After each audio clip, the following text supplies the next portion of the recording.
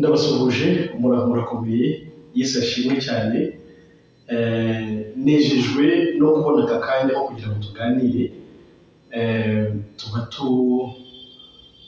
kenerwa muri byinshi kandi natwe dukeneye byinshi ku buryo umwanya wa bimwe cyangwa ibindi hari igihe muto ariko tuba tubazirikana iteka tuba tuzirikana ko tugomba kugira igihe tukaganira ku ijambo ry'Imana kuko mu by'ukuri hejuru ya byose niryo rihishe byose dukeneye ku buryo rero iteka y'umwanya nk'uyu ubonetse numva nezerewe kuko tuba twongeye kuganira kugira ngo kwizera kwanjye kubahumurize n'ukwanyu kumpumurize kuba ufite hanyuma turushaho kubaho mu isi dufite ihumure riva ku Mana ariko tunazi neza ko ku isi atari iwacu ahubwo iwacu ari mu ijuru ku muntu ukurikiye channel yacu bwa mbere Ijuru n'Ikorerwa TV uwo muvugana n'iyembe nishimira Imana umuvugabutumwa bwiza bw'ubuntu bw'Imana Imana yarangijije inkirishije ubuntu bwayo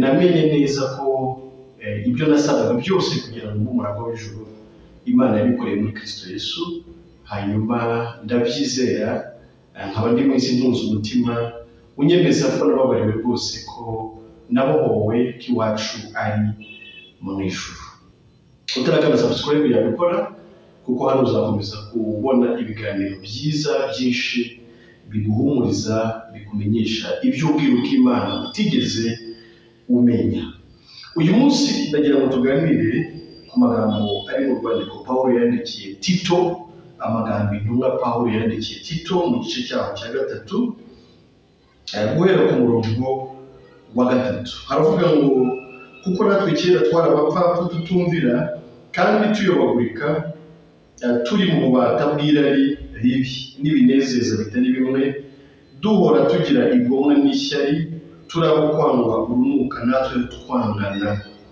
nyamara kugira neza kw'Imana umukiza wacu n'urukundo ikunda abantu bibonetse iradukiza itabitewe n'imirimo yo gukiranuka twakoze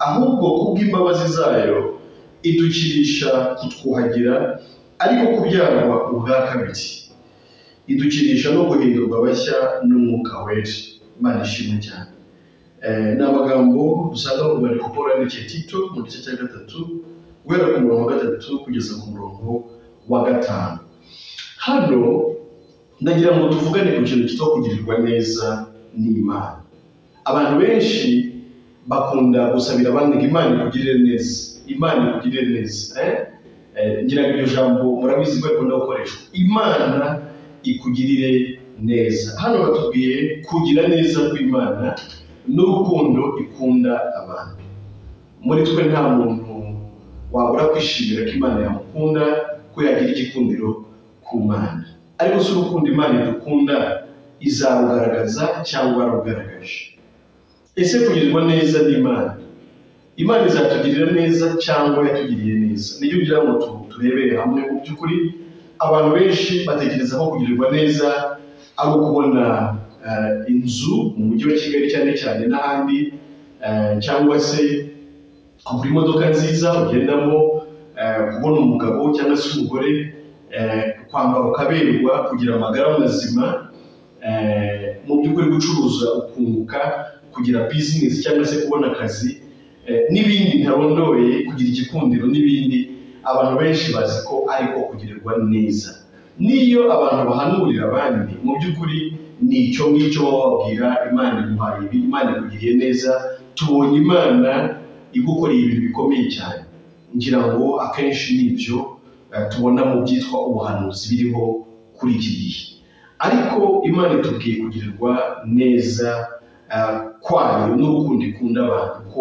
byabonetse Imana ishimwe cyane akenshi dusengera ibintu twamaze kubona akenshi dusaba ibintu twamaze kubona kubera kutamenya neza icyo dukwiriye gusaba mwibuka Yesu uburyo yagiye avuga ko abantu basaba ntibahabwe kubera gusaba nabi ahubwo ngo basaba ibyo kwahisha irari ryabo Imana ni nziza kandi n'urukundo Imana ishobora byose kandi niyo yaremye byose Imana imenya iherezo n'itangira Imana yarebye kuri icyo dukeneye kandi irakiduha cyangwa se irakidukorera, ahubwo nuko kukimenya byagoye benshi, bityo bigatuma abantu babaho nk'aho Imana itabagiriye neza kandi Imana yatugiriye neza, ndetse yatugiriye neza mu buryo butangaje. Kugirirwa neza n'Imana rero n'urukundo ikunda abantu bibonetse, Imana yaradukijije ngo itabitewe n'imirimo yo gukiranuka twakoze, oya, ahubwo idukirisha kutwuhagira, ariko kubyarwa bwa kabiri ndetse no guhindurwa bashya biciye mu kuduha umwuka wayo wera. Ngo yadukijije itabitewe n'imirimo myiza, kuko nta mirimo yo gukiranuka twari dufite, nta niyo twabona no kuri ubu yatuma Imana twemera. Umuntu ni umunyabyaha ku bw'igicumuro cya Adamu, bityo ntiyakora ibyiza byatuma Imana imwemera. Ariko Imana mu by'ukuri yashimye kudukiza gute? Ubundi Imana ntiyaremeye umuntu kubaho nabi, icyo tugomba kukimenya. Imana yaremeye umuntu kugira ngo abeho neza, abanye nayo, asabanye nayo, aruhukiye mu rukundo rwayo. Ariko icyaha kije biciye kuri Adamu washutswe na Shitani, umuntu yatandukanye n'Imana. Umuntu atandukanye n'Imana rero byahise biba imbarutso yo kugira ngo umuntu abeho nabi, ariko si ko Imana yarateganije ko umuntu akwiriye kubaho. Icyaha rero, ubundi abantu bagomba kumenya ko kubona igisubizo cy'ikibazo ni ukumenya neza ikibazo. Tugomba kumenya ko ubuzima bw'umuntu afite bwose bufite aho butangirira, bufite aho bwaturutse rero ku cyaha, bwaturutse ku cyaha Adamu yakoze, bituma abamukomotseho bose bahinduka abanyacyaha. Nuko byagenze, ndetse baracirwaho iteka. Umuntu atandukanywa n'Imana kandi yinjira mu buzima bw'ubwigenge, ariko ni nabwo buzima bubi cyane umuntu yari yinjiyemo.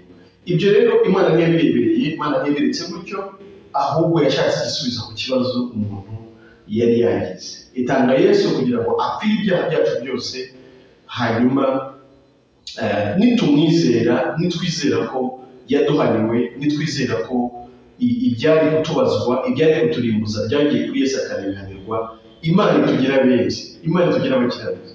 Aho rero niho hari ipfundo ry'imibereho myiza, aho niho umuntu akwiriye gusobanukirwa kurusha ibindi bintu byose, kuko niho kubaho neza bitangirira ku kwizera ko wababariwe n'Imana, ko nta rubanza ugifite ku Mana, kudakira umunyabyaha, ko wahindutse umukiranutsi, umuntu Imana itabaraho icyaha.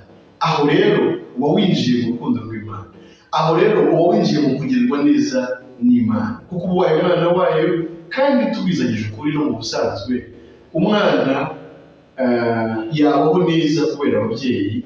Umwana ufite ababyeyi bafite byose, nibo bafite byose muri bo, cyangwa se abatungiye mu babyeyi be. Nawe tekereza Imana ari umubyeyi wawe, tekereza Imana ari so, tekereza Imana ariyo ikumenyera buri kimwe cyose. Ese wabaho gute? Ntabwo kubaho neza bishingira ku byo ngifite, ku byo ntunze, ahubwo kubaho neza bishingira ko nagarutse ku Mana umuremyi wanjye, iyo yaremye byose, yibeshaho byose, bityo nkabaho neza nyine kubera ko ndi mu burinzi bw'Imana. Imana ishobora byose, Imana ibeshaho byose, Imana nta kinaniza. Nanjye muri yo rero mba mfite byose, mba nshoborerwa byose nayo, nk'uko Pawulo avuga ko ashobozwa byose na Kristo umuha imbaraga, bityo nta cyantera ubwoba, nta cyantanga, mu gihe cyose naba nsobanukiwe neza ko Imana ari umubyeyi wanjye, Imana inkunda, Imana nta kibazo mfitanye nayo. Ntabwo tuzagererwa neza n'Imana rero, ahubwo twagiriwe neza n'Imana. Urukundo Imana idukunda rwaragaragaye muri Kristo Yesu. Yohana 10:6, kuko Imana yakunze abari bisi cyane, byatumye itanga umwana we w'ikinege kugira ngo umwizera wese atarimbuka, ahubwo ahabwe ubugingo buhoraho. Imana rero yadukunze, Imana yatugiriye neza, ahubwo twakiriye kugirirwa neza n'Imana, tubeho neza, tugubwe neza, dutekane mu by'ukuri, tubeho twishimiye ubuntu bw'Imana, tubeho twishimiye agakiza, tubeho twishimiye no kubaho umuntu abeho atikanga iby'ejo, atikanga ibiriho n'ibizaza, ahubwo abeho ari mu mbaraga ziruta izindi mbaraga zose, ari mu bushobozi buruta ubundi bushobozi bwose, ari bwo bushobozi bw'Imana. Ndabakunda, n'Imana irabakunda. Imana iradukunda twese, yatugiriye neza, ahubwo neza yayo tuyakire. Rwose ku batarayakira, twakire neza y'Imana, ubundi dutekane, tugubwe neza, dutungishirijwe mu Mana, ubuzima bwacu bube bwiza cyane. Nishimiye rero uyu mwanya Imana iduhaye kugira ngo tuganire, nishimiye kongera kubaganiriza, kandi nzahora mbyishimira, namwe mukomeze mutwereke ko turi kumwe. Abatarakora subscribe rwose mubikore, abamaze kubikora mujye mukanda share, like, musangize abantu ibi biganiro kugira ngo ineza y'Imana igere kuri benshi, amahoro Imana itanga abe kuri benshi, imigisha Imana itanga ituruka kuri yo ibe kuri benshi, abantu bagubwe neza. Reka nsoze rero mbifuriza gukomeza gusobanukirwa ubwiru bw'Imana, byinshi Imana yaduhereye muri Kristo Yesu. Imigisha rero Imana itanga ikomeze kubaho mwese none n'iteka ryose muri Kristo Yesu. Amen.